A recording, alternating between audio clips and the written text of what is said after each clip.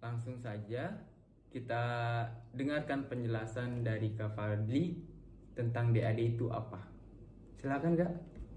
Ya guys, salam kenal. Saya Fadli. Di sini saya demisioner dari Sekretaris Bidang Kaderisasi, dan di sebelah saya ada Kak Olive, dia selaku Kepala Bidang dari Kaderisasi. Nah, saya ingin ngejelasin nih sedikit pengetahuan saya terkait dari DAD atau Darul Akrom Dasar. Nah, DAD itu atau Darul Akrom Dasar itu biasa kita sebut pelatihan pengkaderan di tingkat awal untuk bisa masuk IMM di komisariat dari FIK UMJ sendiri.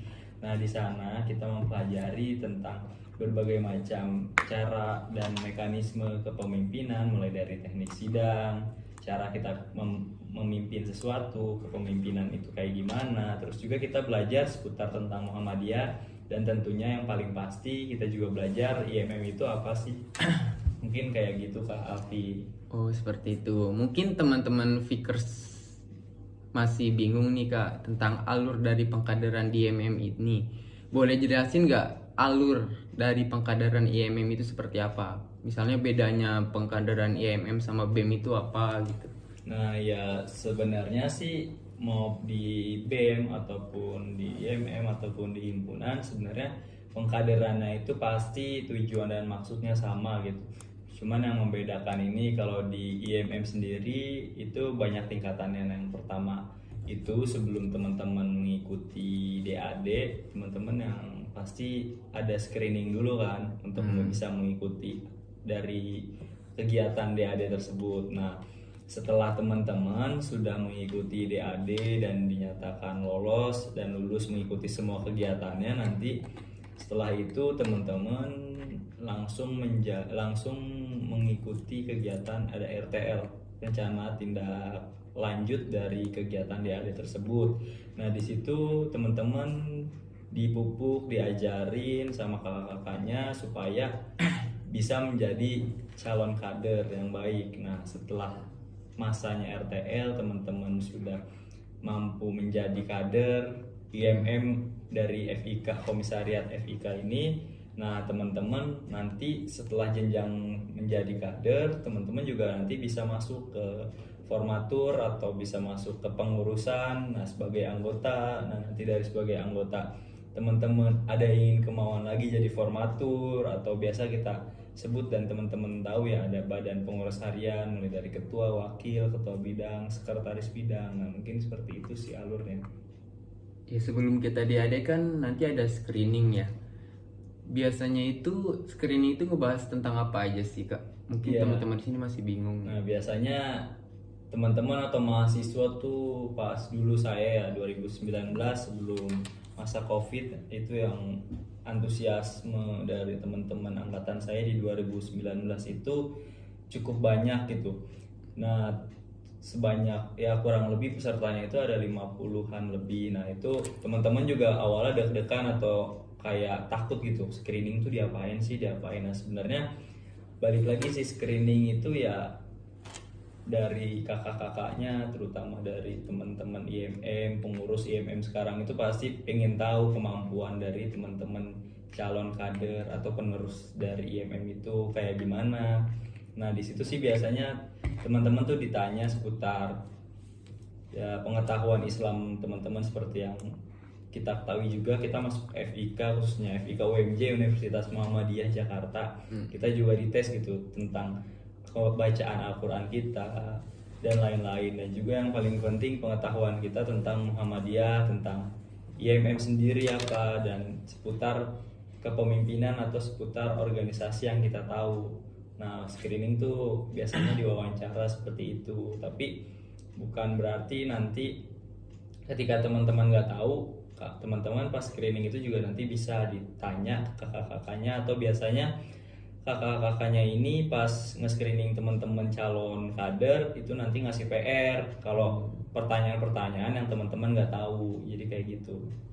Mungkin di sini masih ada yang penasaran juga nih Kak. Di acara DAD itu kita ngapain aja sih kalau udah DAD itu? Dalam acara DAD itu? Nah, sebenarnya di dalam acara DAD itu, karena ini udah 2 tahun belakangan mungkin di angkatan Kak Alfi juga ngerasain adik-adiknya online gitu. Jadi nggak sepenuhnya merasakan apa itu DAD yang sesungguhnya gitu. Nah biasanya itu DAD itu kita ngelakuinnya itu di luar kampus kayak di villa di puncak gitu, itu kurang lebih sesuai dengan dari sesuai SPI. Sesuai SPI itu kalau nggak salah tiga hari 2 malam ya, yang baiknya gitu. Nah itu di sana itu kita selaku di sana tuh ada panitia dari DAD-nya sendiri dan juga ada kakak-kakak instruktur. Nah yang perlu teman-teman ketahui itu kakak-kakak instruktur ini itu mereka telah melewati masa atau pelatihan khusus gitu lah, atau yang biasa kita sebut LID, latihan instruktur dasar. Nah nanti dari kakak-kakak yang udah memiliki ilmu di LID tersebut lah yang akan mengajari teman-teman seputar IMM khususnya di DAD ini. Nah kita dari teman-teman panitianya sendiri nih, dari komisariat kita dari FIK ini, kita menyelenggarakan acara DAD ini supaya bisa berjalan secara lancar. Nah kurang lebihnya tentang materi dan hal-hal yang teman-teman lakukan di sana itu kurang lebih banyaknya itu akan dipegang oleh instruktur, di mana mereka sudah punya wewenang dan sudah punya pengetahuan gitu di program latihan instruktur dasar juga. Dan kebanyakan instruktur itu juga merupakan demisioner juga dari IMM FIK kita sendiri. Mungkin seperti itu. Mungkin di sini Fikers nih, anak-anak FIK, mahasiswa FIK masih bingung nih, instruktur itu apa dan apa bedanya instruktur dengan panitia atau BPH yang lainnya.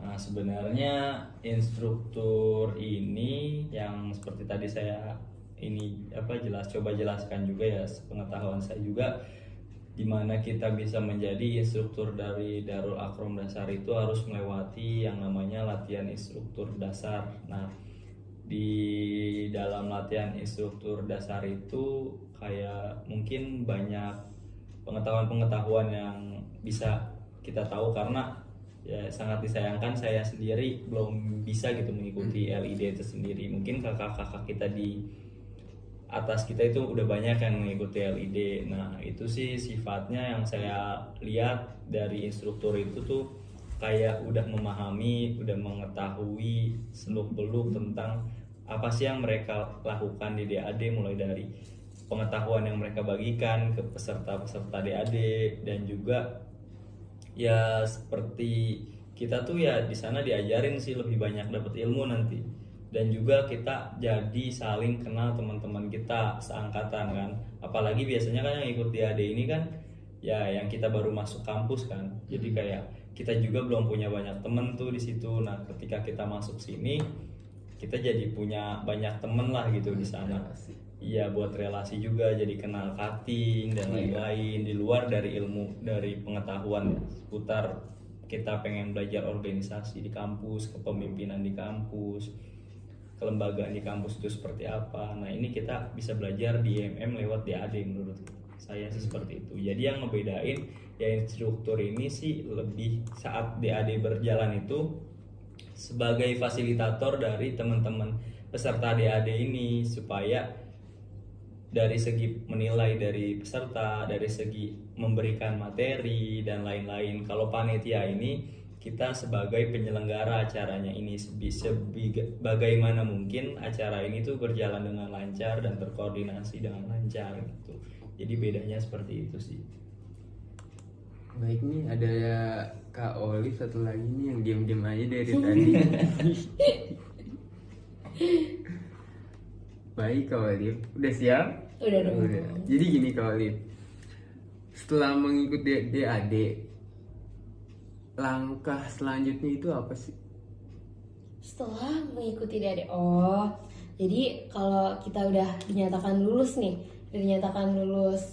di DAD itu tuh biasanya kita ada yang namanya RTLDAD. Nah, RTLDAD ini biasanya tujuannya itu untuk ngebangun rasa kemanusiaan kita. Balik lagi ke trilogi dan tri kompetensi kita sebagai kader IMM gitu. Jadi setelah kita mengikuti DAD dan RTL DAD tersebut sudah bisa dinyatakan kita lulus sebagai kader IMM. Oh, udah dong. Kan udah mengikuti tahapan dari pengkaderan IMM itu sendiri. Dan apa yang harus dilakukan ketika mereka sudah menjadi kader IMM? Oh, tentunya harus aktif gitu.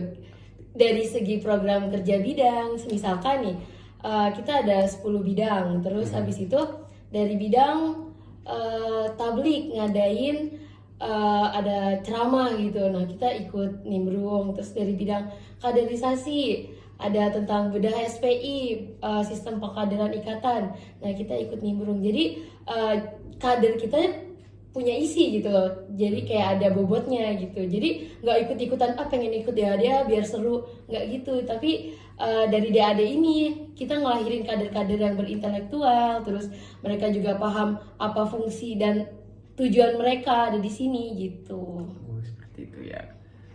Terus misalkan nih saya jadi kupu-kupu, kakak-kakak berdua ini bantu jawab ya. Kan kupu-kupu itu punya mindset dan pertanyaan dari mereka itu yang gak mau tahu tentang organisasi, yang katanya organisasi itu hanya buang-buang waktu, ngabisin uang doang, capek dan lain-lain. Menurut kakak sendiri itu seperti apa? Mungkin dari Kak Oli. Oke. Kalau kita nih biasanya di kelompok-kelompokin ya ada kupu-kupu, kura-kura, kuliah pulang sama kuliah rapat kan. Sebenarnya ada plus minusnya sendiri sih. Kalau kuliah pulang tuh kayak wah, habis kuliah kelar terus pulang tidur. Coba kalau kuliah rapat, habis kelar kuliah nih, habis pusing-pusing terus kita diskusi, kita ngebuka pola pikir kita, terus kita bertukar ide sama teman-teman, entah itu dari teman-teman IMM itu sendiri atau dari teman-teman di luar IMM gitu, dan sama cutting juga bisa gitu.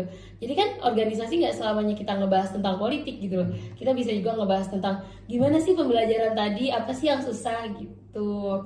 Jadi emang plus minusnya sih ada pasti. Cuma gimana balik lagi ke orang-orangnya sih, lebih milih jadi kuliah pulang ini atau kuliah rapat.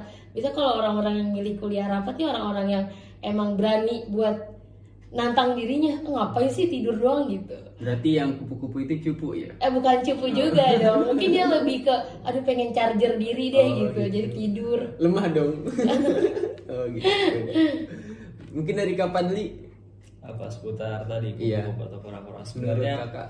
lebih ke keinginan dari diri kita masing-masing, kan kita punya tujuan dan visi misi hidup yang berbeda gitu. Tapi sangat disayangkan sih kalau menurut saya sebagai mahasiswa yang hanya kupu-kupu gitu, karena di segi perkuliahan ini beda dengan SMA di mana ilmu cuman didapat di kelas gitu. Karena justru yang saya rasakan selama ini lebih banyak relasi, ilmu itu kita dapatkan di luar kelas gitu ya, salah satunya ya di organisasi ini gitu, apalagi di IMM ini yang cakupannya cukup luas. Jadi teman-teman bukan berarti mengesampingkan akademik gitu, karena kita bisa loh, kita juga udah merasakan dan sudah mengalami gitu, bisa kita membagi waktu antara kuliah walaupun di keperawatan ini sibuk kuliahnya dan padat, kita bisa loh memanage waktu kita gitu dari segi perkuliahan ataupun di organisasi kita tetap berjalan gitu. Jadi pintar-pintar kita manage waktu sih dan ngambil kesempatan gitu selagi masih muda. Manfaat kita mengikuti organisasi itu apa sih? Khususnya IMM itu sendiri. Siapa nih? Silahkan. Mungkin. Oke. Kalau Lik dulu, kan ini pertanyaan untuk Benefitnya ya, benefit. benefitnya tuh tadi yang udah dibilang sama Kak Fadli, nambah relasi. Kalau kalian tahu nih, jadi IMM itu cakupannya bukan cuma ada di Jakarta, tapi di seluruh Indonesia. Jadi kalau kalian mau tuker pikiran sama orang-orang di Malang, sama teman-teman di Surakarta, sama teman-teman di mana lagi tuh, Papua dan lainnya tuh pasti bisa gitu, karena kita masih satu naungan, kita masih satu alma mater, dan kita juga enak sharing karena kita masih satu alma mater gitu sama mereka. Jadi IMM tuh nggak sempit yang kalian pikirkan gitu. Coba kalian masuk dulu ke dalamnya, terus kalian rasain gimana sih rasanya jadi kader IMM, gimana sih rasanya, wah gue anak merah marun banget nih gitu. Pasti ada deh rasa sensasi, bedanya tuh pasti ada gitu. Fadli? Ya mungkin izin jawab kan tadi yang paling penting di luar relasi itu ada pengalaman ya. Karena kan pengalaman organisasi itu sama aja kayak pengalaman kita di dunia kerja gitu. Kita nemuin sifat-sifat orang yang gimana, banyak bedanya gitu, dan kita menyatukan berbagai macam pemikiran orang dan menyatukan berbagai tujuan orang di satu organisasi itu menjadi satu tujuan, satu visi. Dan juga ya walaupun berbeda sifat kita harus tetap menyatukan itu. Nah itu sih pembelajarannya lebih ke gimana kita bisa mengenal orang, menempatkan diri, di mana kita harus di sana bisa tegas, di mana kita bisa ya bercanda. Dan itu sih kuncinya, karena mungkin apalagi kita di keperawatan ini profesi yang berpapasan atau bersentuhan langsung dengan masyarakat. Nah ini perlu sih skill komunikasi kita juga jadi diasah gitu. Jadi kita ya buat bicara gini di depan kamera mungkin kita jadi nggak terbata-bata, nggak malu juga.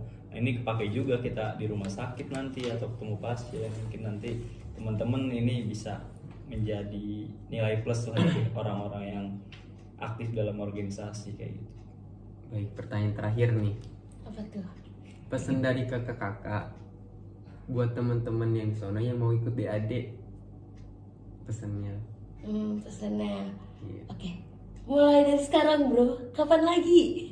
Daripada telat, jangan sampai kayak teman-teman saya nih, mereka udah telat DAD, udah semester 7 terus tiba-tiba, jadi pengen ikut DAD, jadi pengen kader IMM, gimana sih rasanya? Karena emang kalau dilihat dari segi, wah gila capek banget nih rapat mulu. Padahal enggak, kita di dalam secret kita sharing, kita di luar secret kita jalan, kita ngopi, bisa banget. Buat temen-temen yang emang kayak, aduh masuk IMM gak ya, DAD gak ya, udah itu mah pikirin nanti aja, yang penting DAD dulu, rasain dulu gimana rasanya jadi keluarga IMM, baru nanti kalian gimana tanggapan kalian ke depannya, itu urusan kalian sih. Tapi dijamin deh pasti nagih. Nagih ya? Iya nagih banget nih kalau masuk IMM nih, aduh. Baik, Kak Fadli. Ya mungkin kalau dari saya sendiri sih ya awalnya juga kalau dari Terpaksa. saya sih masuk kayak ikut-ikutan temen kan. Benar, sama. Kayak awalnya bingung, organisasi apa yang mau ikutin ya udahlah kita coba IMM dulu, karena di dalam awalnya kita penasaran itu pasti kita bakal ngulik hal itu di dalamnya kan. Nah justru itu yang membuat kita ingin belajar terus tuh nantinya.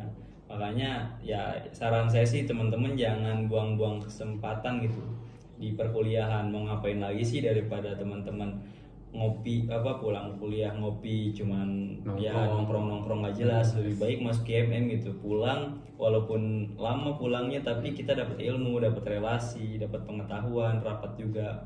Mungkin dari saya ya itu sih yang penting, jangan sia-siain, karena ya benar kata Kak Olive, kesempatan itu nggak datang 2 kali. Walaupun nanti tahun depan kalian bisa ikut di AD, ya mau memang ikutnya sama adik tingkat gitu kan, ada rasa gengsi dan malu juga kan. Mungkin dari saya kayak gitu sih. Ya Tuh, intinya guys, semangat lah berorganisasi. dengerin tuh dari kakak-kakak, daftar nanti kalau udah dibuka pendaftarannya, oke?